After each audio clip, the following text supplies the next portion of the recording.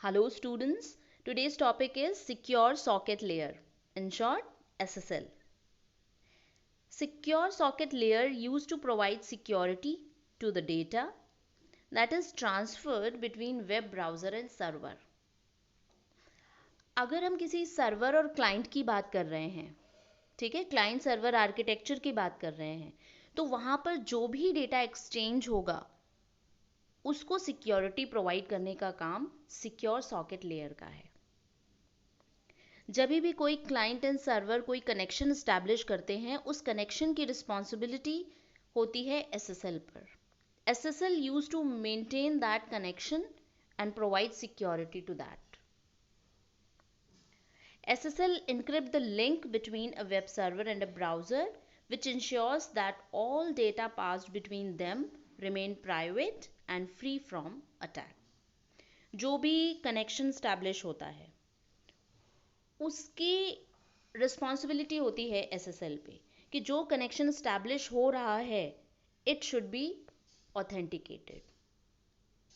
जो भी क्लाइंट है सर्वर है दोनों ऑथेंटिकेटेड होने चाहिए।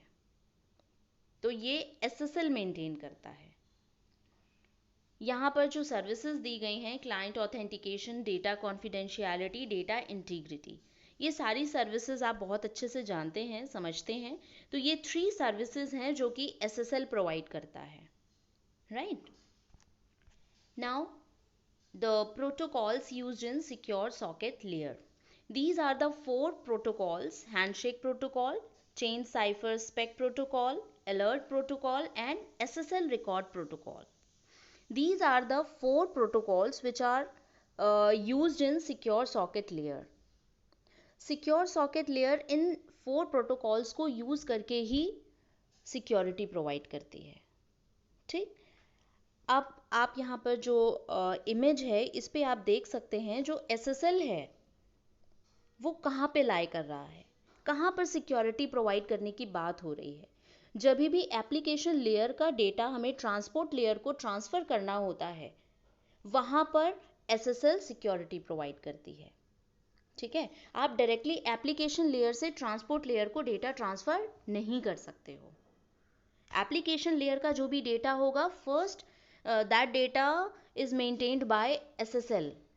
SSL will make that data secure first, then it will transfer to the transport layer, right? So SSL lies between application and transport layer.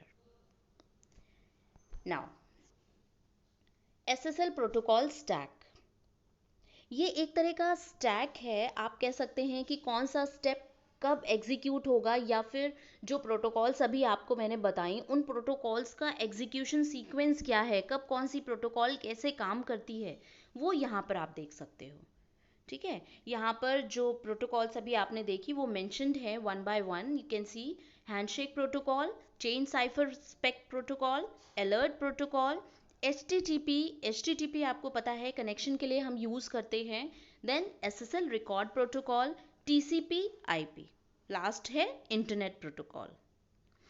तो यहाँ पर जो स्टैक आप देख रहे हो ये एक तरह का सीक्वेंस है by which we can provide the security to server and client, right? One by one हम इन प्रोटोकॉल्स को समझेंगे, लेकिन एक इम्पॉर्टेंट पॉइंट आप यहाँ पे ध्यान दीजिएगा। एसएसएल प्रोटोकॉल में जो मोस्ट इम्पॉर्टेंट प्रोटोकॉल्स होती हैं, आप कह सकते हैं जो बैकबोन होती हैं एसएसएल की, वो यहाँ पर 2 प्रोटोकॉल्स हैं। First is handshake protocol and second is SSL record protocol. These two protocols are very important for SSL, right?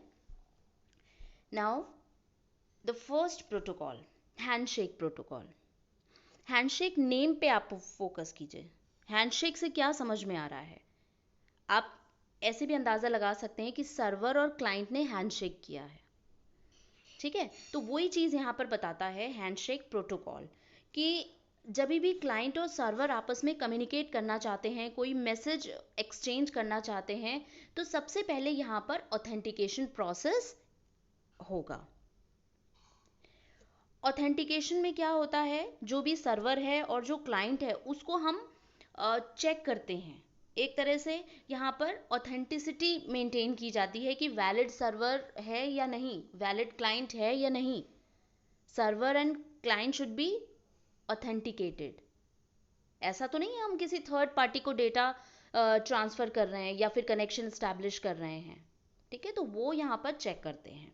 अब हैंडशेक प्रोटोकॉल के भी अपने कुछ फेजेस होते हैं। There are 4 phases of handshake protocol. First phase में क्या होता है, क्लाइंट अपनी तरफ से इनिशिएट करता है। ठीक है, क्लाइंट सर्वर को एक पैकेट सेंड करता है जिसको हम बोलते हैं हेलो पैकेट। क्यों? क्योंकि क्लाइंट को ही तो डेटा सर्च करना है, क्लाइंट को ही तो डेटा लेना है सर्वर से। ठीक, तो क्लाइंट इनिशिएट करता है विद द हेलो पैकेट। अब यहाँ पर जो क्लाइंट ने अपनी तरफ से जो लिंक ट्रांसफ़र किया, जो हेलो पैकेट सेंड किया, उसके रेफरेंस में सर्वर क्या करता है, फेज़ 2 में वो सर्टिफिकेट सेंड करता है और सर्वर की एक्सचेंज भी। तो सर्टिफिकेट क्या होता है, it is only the authenticity of server, right, कि सर्वर ऑथेंटिकेटेड है या नहीं है। तो सर्वर की तरफ से ये सर्टिफिकेट जाता है और सर्वर की जाती है, इसने सेंड कर दिया। इसके बाद क्या होता है, थर्ड फेज में क्लाइंट रिप्लाई करता है इस सर्टिफिकेट का। तो उस सर्टिफिकेट में क्या होता है, क्लाइंट की ऑथेंटिसिटी प्रूफ होती है, that client is authenticated, right, and client exchange की ऑल्सो बी देयर। तो इस तरह से रिप्लाई पहुंच जाता है सर्वर के पास।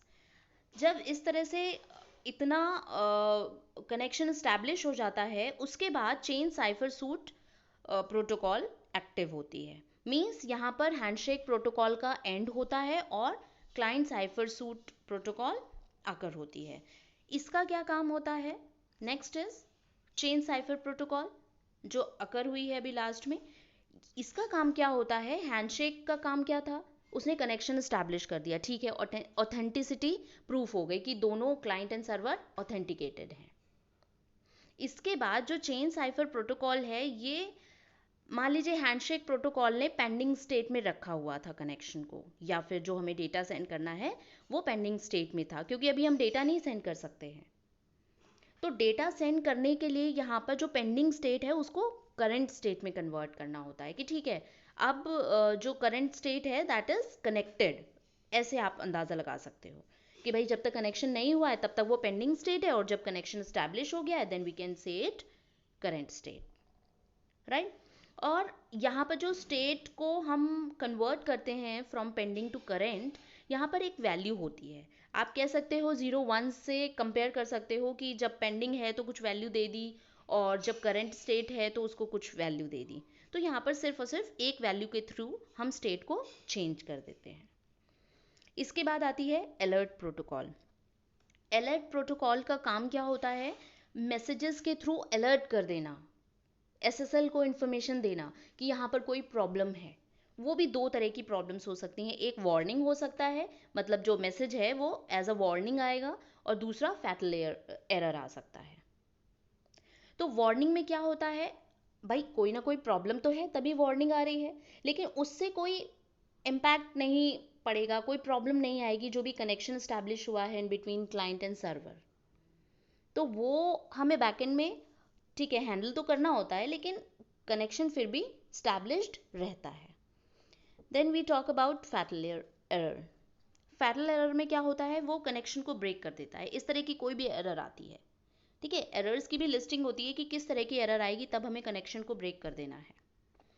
तो ये दो तरह की एरर्स मेंटेन करता है अलर्ट प्रोटोकॉल, और वो ये सारी अलर्ट्स जो हैं वो जाते हैं एसएसएल को, उसके अकॉर्डिंग एसएसएल जो भी उसको एक्शन लेना होता है वो एक्शन लेता है।